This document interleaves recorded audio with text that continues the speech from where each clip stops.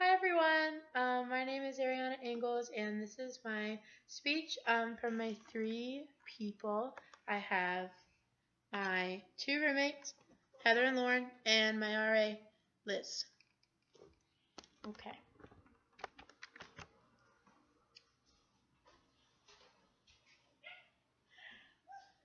For my speech, I really wanted to talk to you guys about education and the importance of biblical standards in education.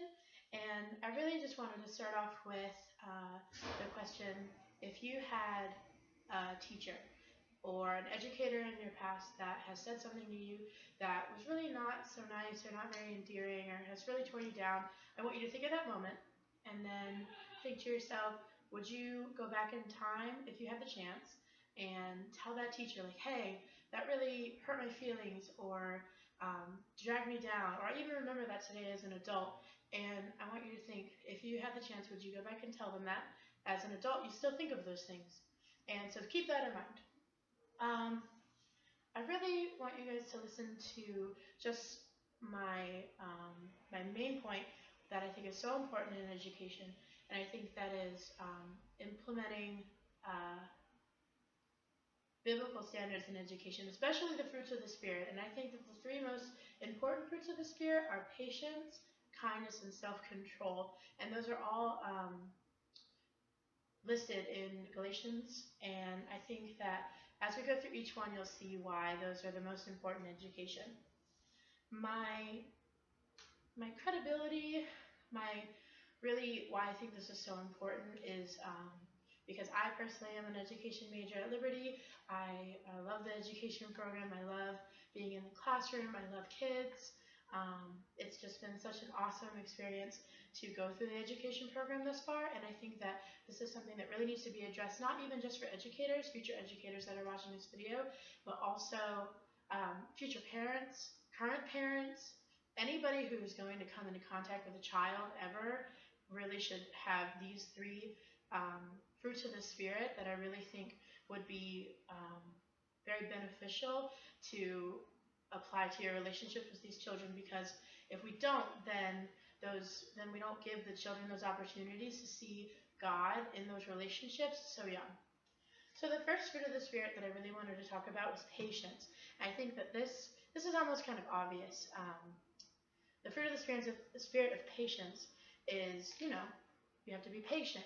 You have to not be so quick to jump on a child or to, ridicule them or to make them feel, not as if they're worthy. And so the verse that I chose for this particular um, fruit of the Spirit was James 1:4, and that states, and let steadfastness have its full effect, that you be patient and perfect and complete, lacking in nothing. And I think that this particular verse is so important, especially for educators, because as educators, we want to give children their best shot.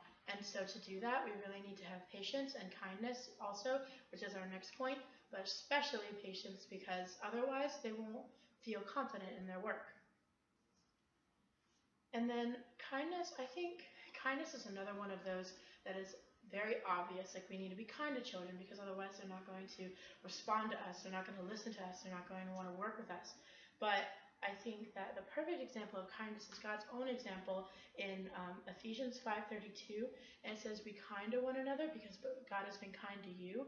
And I think that that is just such an important thing to implement into education, because to be kind to a child, to show kindness to a child, is just such a perfect example of how Christ has been kind to us.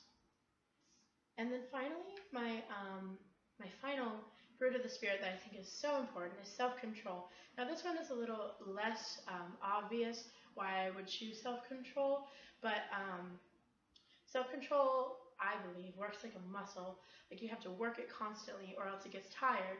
And so in teaching, you have to be, yes, patient, yes, kind, but you definitely have to have self-control, definitely have to be a good example, always have to be your best self. And that also, you being your best self, will encourage children to be their best selves, which can only benefit them in the education world. And in Titus 2:11 through 12, it says to deny godliness and to live sensibly, which is just self-control written all over it. Live sensibly. So then by you living sensibly, you denying ungodliness and unholiness, then that gives the children to see the opportunity to see someone who has, living a godly life and who is, being a godly person. And I think that all of these fruits of the Spirit are just so important to implement, especially in the education world. And I think that just, even if you're not an educator, even if you're not a student of the education program, but even if you're considering maybe having children one day, these things are important. These things are vital for you to remember as a person, as a Christian, and especially as a future either educator or parent. So thank you guys so much for listening to my speech. I hope you enjoyed. Thank you.